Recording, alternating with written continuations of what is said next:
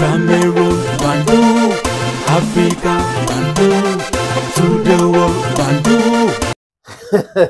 You're Bamenda man, you're Ekona man, you're Ngi man, you're Bakri man, and proudly so you're anglophone brother. En fait, certains politiciens qui se donnent tellement d'importance, qui racontent des choses, qui font des discours, pensent que c'est en faisant tout ce discours-là qu'on va les prendre au sérieux. Mais en fait, en réalité, les amis, ce sont des plaisantins.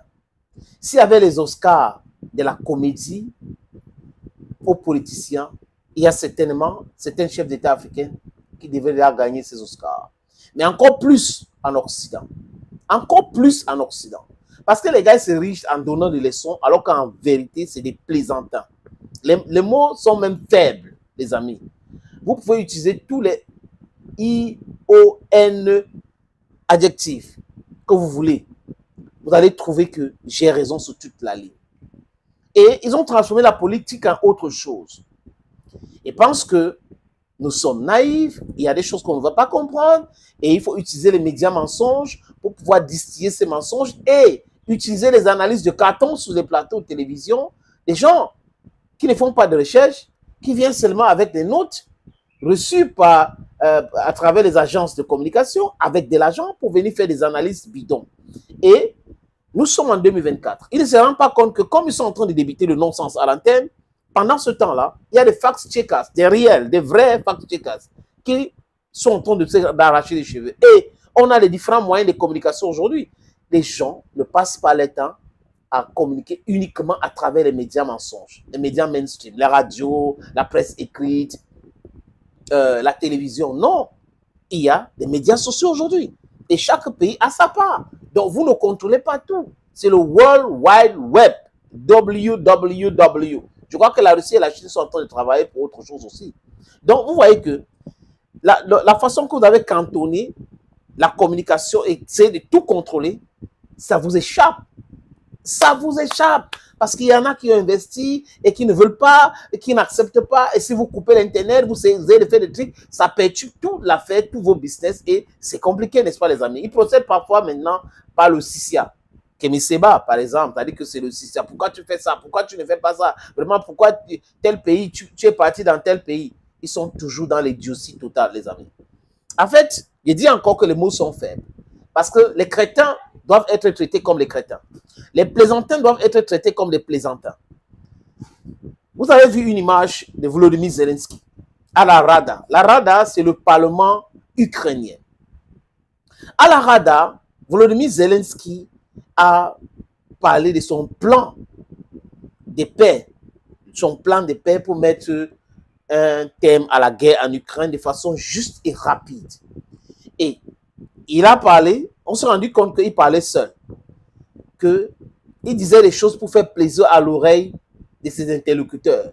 Mais il y a des députés de l'opposition qui ont critiqué cela.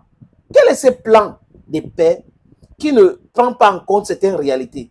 Si on a réussi à aller à Kursk, à l'incursion de Kursk, qui est un échec total et c'est lamentable, pourquoi est-ce qu'on n'utilise pas ces mêmes tactiques pour faire la guerre ailleurs? Mais les amis, la réalité du terrain, comme Vladimir Poutine avait dit, la guerre, ce n'est pas le film, ce n'est pas le cinéma, ce n'est pas les histoires de Hollywood. La réalité est tout autre chose. L'OTAN, les États-Unis d'Amérique ont perdu la guerre en Ukraine depuis le début. Ils ont sous-estimé la Russie. Ils ont pensé qu'avec le soft power, ils pouvaient mettre la pression sur la Russie à travers les Jeux Olympiques, à travers la FIFA. Mais seulement ces instruments-là sont vétus, sont dépassés. La Russie ne peut pas rigoler avec sa sécurité juste parce qu'il veut jouer ou elle veut jouer les matchs de football de la FIFA. Juste parce qu'elle veut jouer, elle veut participer aux Jeux Olympiques. It's senseless. Donc, penser qu'on peut utiliser cela pour mettre la pression sur la Russie, c'était mal pensé. Et ceux qui pensent mal comme ça sont généralement des corrompus, des jusseurs, des oligarques qui passent leur temps à dormir dans les salons feutrés et autres, ils pensent que la vie est comme ça. Non, il y a une vie réelle et une vie virtuelle. Et certaines vies dans la vie virtuelle, la plupart du temps, y compris Volodymyr Zelensky. À l'heure où je vous parle, les amis, les Russes, après Volodya, ont récupéré beaucoup d'autres villages. À l'heure où je parle encore, la Russie a pris un autre village, pas très loin de Pokrov. Donc, marquez ces jours.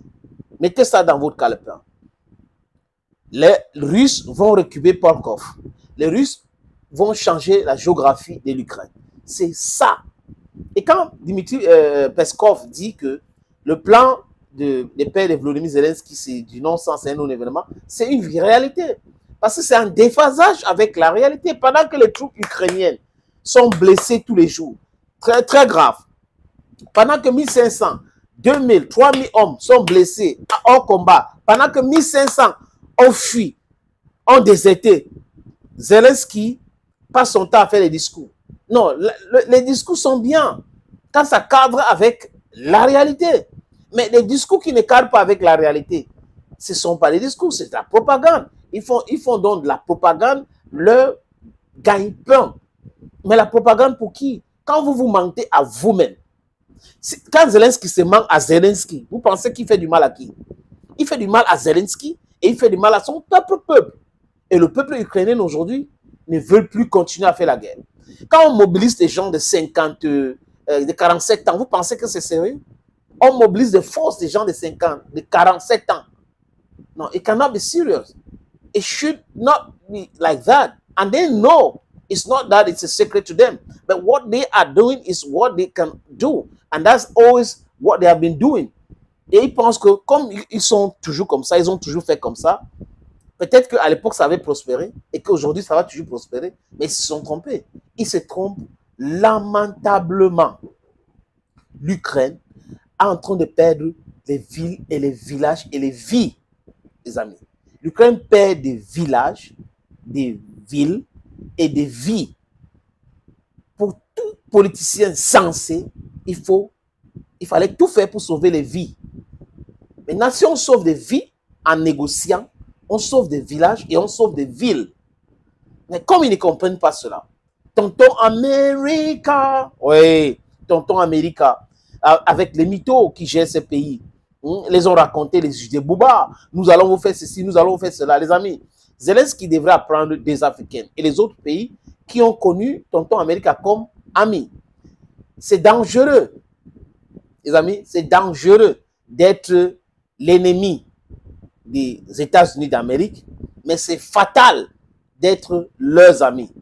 Je répète, c'est dangereux d'être l'ennemi des Américains, mais c'est fatal d'être leur ami. Regardez, comment il s'appelle? Pas Jacques Chirac, le président irakien, Saddam Hussein. Il était l'ami des Américains. Jusqu'à les Américains ont aidé à faire la guerre entre l'Iran. Donc la guerre Irak-Iran, c'est les Américains qui étaient derrière. Mais regardez ce que les Américains ont fait à Saddam Hussein après. On lui a réservé quoi? Pire des services. Le Vietnam, l'Afghanistan étaient des alliés. Les talibans étaient des alliés des Américains pour combattre l'Union soviétique ou la Russie, si vous voulez bien. Mais après, les Américains ont fait quoi? Donc, écoutez très bien. Si quelqu'un est proche de Zelensky, dites-lui ceci. C'est dangereux d'être l'ennemi des Américains, mais c'est fatal d'être leur ami. Et là, cette fatalité-là est en train d'arriver en Ukraine, si ce n'est pas déjà là. Thank you, friends, and bye-bye for now.